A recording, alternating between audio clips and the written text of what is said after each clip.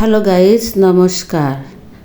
তোমরা যে যেখানতেই দেখছো, আজকে আমি ভিডিওটি সকাল থেকেই শুরু করছি। দেখো বন্ধুরা, আমি পরোটা ভাজি করে নিচ্ছি, ডিম আলু পরোটা। আর এদিকে চা তৈরি করে নিচ্ছি, কারণ আমি ডিম আলু পরোটা দিয়ে চা দিয়ে খাবো। দেখো আমি কেটে নিয়েছি, তারপর আমি চাটা তৈরি করে ঢেলে নিচ্ছি।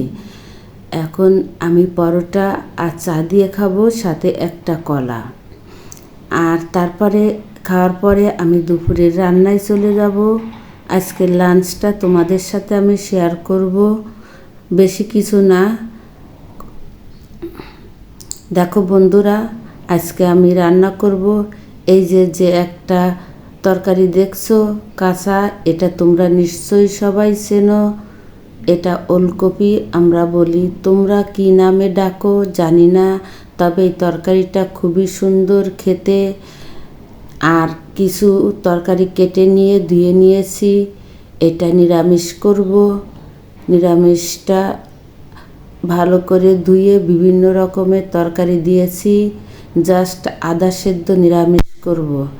তারপর আমি কিছু কাতলা মাছ ছিল, দেখো বন্ধুরা, 2-3 পিস কাতলা মাছ আর লেজটা, এই দিয়ে আমি ওলকপির তরকারি রান্না করব। ওলকপি তরকারিটা খুবই সুস্বাদু হয় মাছ দিয়ে রান্না করলে। আমি মাছটা আগে ভাজি করে নিব, লবণ হলুদ মেখে নিচ্ছি। মাছটা ভালো করে লবণ হলুদ মেখে নিয়ে কিছুক্ষণ রেখে ভাজি করে নিব। আর আজকে একটা জায়গায় বের হব, লাঞ্চের পরে গেলেই তোমরা দেখতে পারবা কোথায় বের হয়েছি, কি করছি, কি কিনছি দেখতে পারবা। আমি মাছটা ম্যারিনেট করে নিয়েছি হলুদ আর লবণ দিয়ে। এবার কড়াইয়ের কাছে চলে গেলাম, কড়াইতে তেল দিয়ে গরম হলেই আমি এর মধ্যে মাছ দিয়ে দিব। আমি প্রথমে লেজটা দিয়ে দিচ্ছি, তারপরে অন্য পিস মাছ আমি ভাজি করে নিব।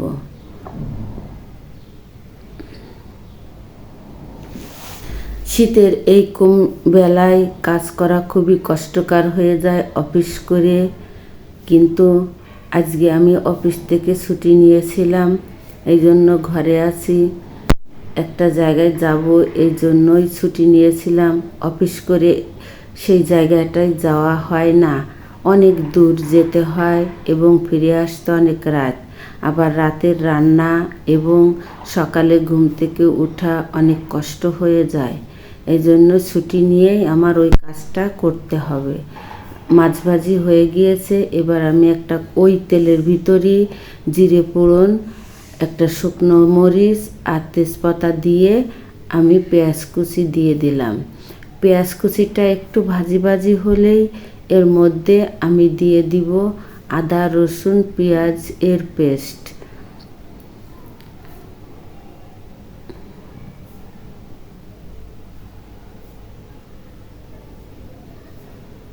এই যে আমি পেস্টটা দিয়ে দিলাম, দিয়ে ভালো করে নেড়েচেড়ে কষিয়ে নিতে হবে, যাতে মশলার কাঁচা গন্ধটা বের হয়ে যায়। একটু ভাজি করে নিতে হবে, নিয়ে তারপরে এর ভিতরে একটু জল দিয়ে দিব। হলুদের গুঁড়া দিয়ে দিলাম, ধনিয়া গুঁড়া দিয়ে দিয়েছি, আর দিয়ে দিলাম শুকনো মরিচের গুঁড়া। সমস্ত মশলা ভালো করে নেড়েচেড়ে কষিয়ে নিতে হবে, তেল ওঠা পর্যন্ত অপেক্ষা করতে হবে। এর মধ্যে কিছু পরিমাণ জল আমি দিয়ে দিলাম, যাতে মশলাটা পুড়ে না যায়।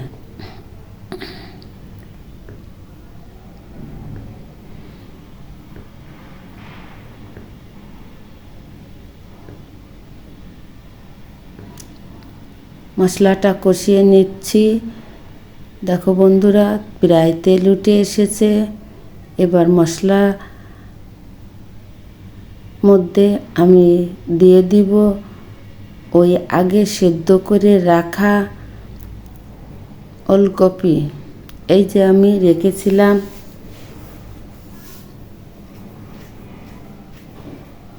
ওলকপি দিয়ে ভালো করে মশলার সঙ্গে মিশিয়ে নিতে হবে যাতে ভালো করে কষানো হয়। এখন আমি পরিমাণ মতন লবণ দিয়ে দিলাম। আর আমি ওলকপি সেদ্ধ করার পর যে জলটুক ঝরা দিয়ে রেখেছিলাম সেই জলই আমি দিয়ে দিলাম ঝোলের জন্য। আমার তরকারি প্রায় হয়ে এসেছে। এর মধ্যে আমি আমার ফ্রোজেন ধনেপাতা এখনও অনেকটা আছে। বাজারে অনেক ধনেপাতা উঠেছে, তারপরও আমার এটা শেষ করতে হবে, সেজন্য আমি প্রত্যেক তরকারিতেই ধনেপাতা খাচ্ছি। এবার নিরামিষ রান্নার জন্য আমি দিয়ে দিলাম কড়াইতে তেল, তেজপাতা, তারপরে এলাচ, দারচিনি আর হচ্ছে পাঁচফোড়ন দিয়ে ভালো করে নেড়ে চেড়ে ভাজি গন্ধ বের হলে আমি এর ভিতর দিয়ে দিয়েছি পাঁচমিশালি তরকারি। এই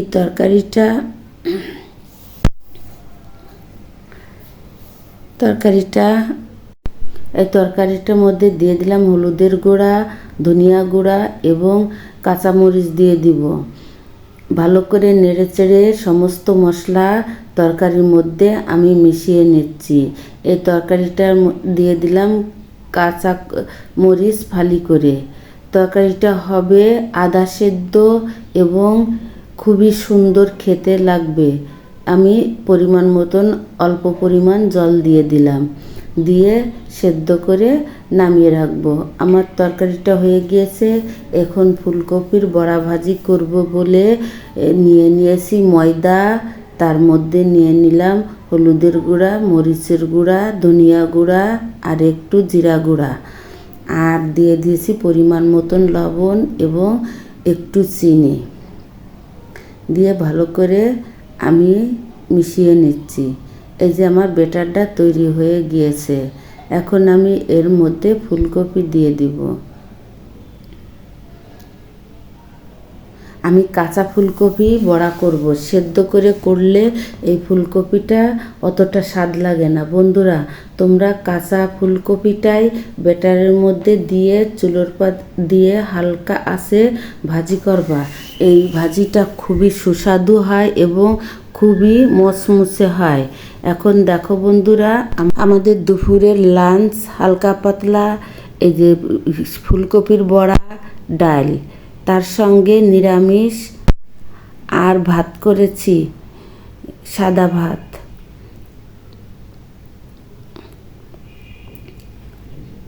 বড়া দিয়ে ডাল, আর ডাল খাবে, আর এই যে দেখো ওলকপি আর মাছ দিয়ে রান্না। মোটামুটি বেশ ভালোই খাবার। এটা সাদা ভাতের সঙ্গে খুব সুন্দর যায়।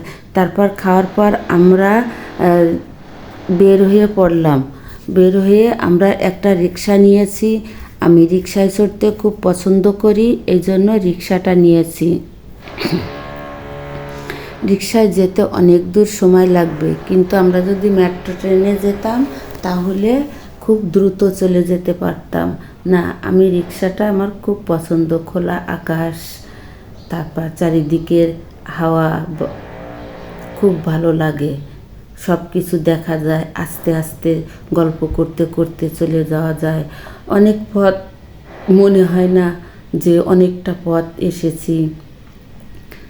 দেখো বন্ধুরা, আমি এসেছিলাম শাঁখা কিনতে। দেখো অনেক দিদিরাই শাঁখা কিনছে, আর আমিও শাঁখা কিনতে এসেছিলাম। এই জন্য তোমাদের বলিনি যে সাথেই থাকো, তোমরা দেখতে পারবা আমি কোথায় যাচ্ছি, কি করছি, কি কিনবো।